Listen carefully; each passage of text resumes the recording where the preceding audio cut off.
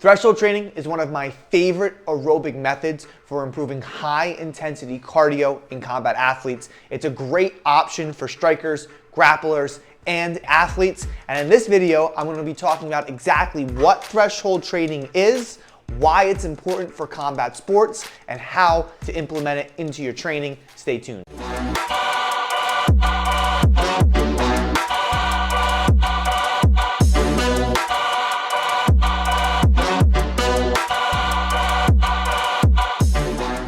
Let's jump right into it. What is threshold training? So threshold training, like I said, is a high intensity form of aerobic training. Aerobic meaning we are primarily using oxygen to supply energy in the training, in the conditioning that we are doing. So the primary focus of threshold training is to improve and increase an athlete's anaerobic threshold.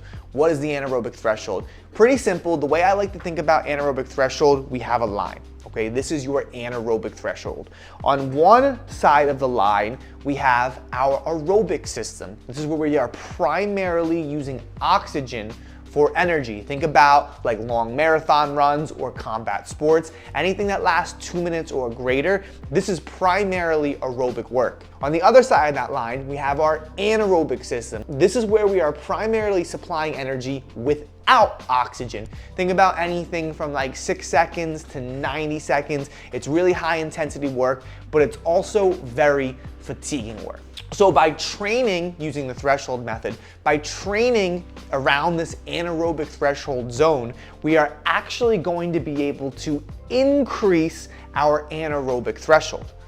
Why is this important for combat sports? Honestly, it's important for all combat athletes, whether you're a striker, grappler, or MMA athlete, because in all three combat sports, we spend a lot of time around this anaerobic threshold zone. Think about maybe you're going through a really intense wrestling exchange in grappling sports, or a large flurry of strikes in a kickboxing fight, or you're transitioning from wrestling to striking in MMA. This is a high intensity output. Your heart rate is going to be elevated to a pretty high level, but at the same time, you're going to be requiring a lot of oxygen to supply this activity in your competition or in your training. So the key here is increasing the anaerobic threshold, because if we can increase our anaerobic threshold, that means we can stay on this side of the line longer. This means we can primarily use oxygen longer as our energy source. This means we are going to be able to push the pace for longer and harder at higher intensities without fatiguing. This means your cardio is going to be relentless. When your opponent is gassing out, when your partner is huffing for air, when they are burnt, you are going to feel fresh and you are going to be able to push and push and push, and you're gonna be able to dominate on the mats or in the cage. Okay, so we know what threshold training is, we know why it's important to combat sports, so how do we implement threshold training into our regimen and into our schedule? So it's very simple. Threshold training is designed to be intense. We're going to have to push the pace and sustain it or around our anaerobic threshold. With our athletes on the Counter-Strike system, the way that we determine their anaerobic threshold is by doing a 12-minute run test. We have them run or hit an airdyne bike and go as hard as they can. This is important. You have to go to 100% intensity for the 12 minutes or it's not going to work. Typically, their average heart rate is a good estimate of what their anaerobic threshold might be. So if I have an athlete go run as hard as they can for 12 minutes, and their average heart rate is around 170 beats per minute, that means that's the zone we are going to use for our threshold training. So when we are performing threshold training, I typically like to be within 5 beats of that anaerobic threshold. So if our average heart rate on that 12-minute test was 170 beats per minute, that means we are going to maintain an average heart rate of 165 to 175 beats per minute. And by maintaining that zone, we are then going to be improving the anaerobic threshold. So it's very important that you pick a cardio activity that you are going to be able to get your heart rate high to that anaerobic threshold area and sustain it there.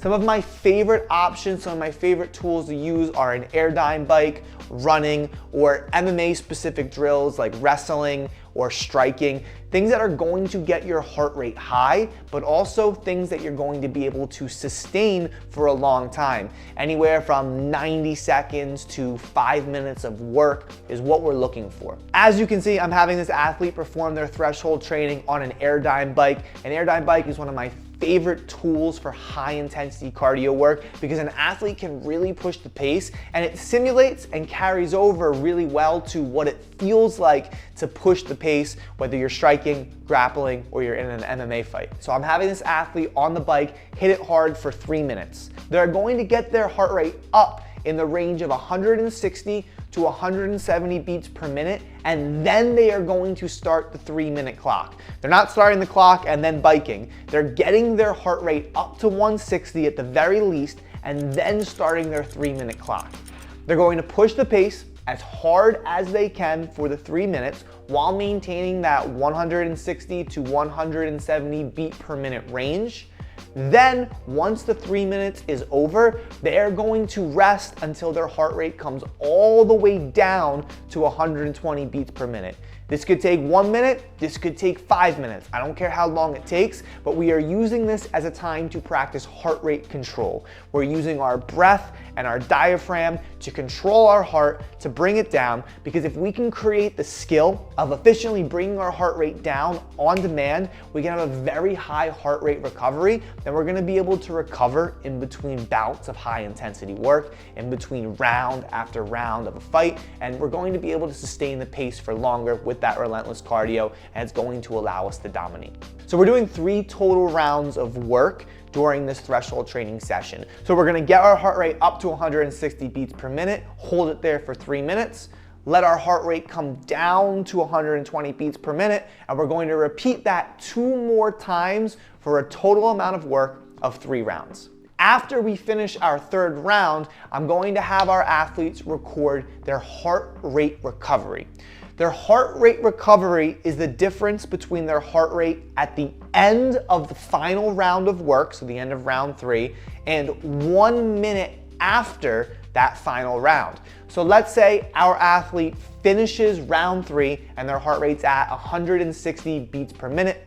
They rest for 1 minute and then they record their heart rate afterwards is 130 beats per minute.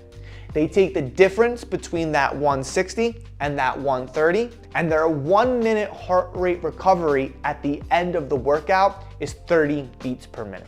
I typically program threshold training anywhere from 1 to 3 sessions a week, and we use this pretty much at any point during the different phases of the fight cycle. A lot of our athletes will do it in the off camp if their conditioning is really an issue. A lot of our athletes will have them do it in the early fight camp just to kind of give them that edge. When it comes to training cardio for combat athletes, I typically find threshold training is one of the biggest needle movers in our athletes' cardiovascular development. It simulates what it feels like to fight at a high intensity. It's actually using heart rate data to show our athletes what they're doing is working, and it builds a lot of confidence as well. If an athlete's able to jump on a bike or hit a treadmill and push themselves hard for a long time, this is grueling, this shit doesn't feel good. When they actually step into the ring, they've been there before. They know what it feels like, they're used to it. And then they have the confidence and the skill to control their heart rate and do it round after round after round. That's threshold training, one of my favorite methods for developing relentless cardio. I guarantee you implement this into your training and it's going to give you the ability to dominate on the mats or in the cage. As always, if you have any questions, let me know in the comments down below or in your coaching group. Catch you next time.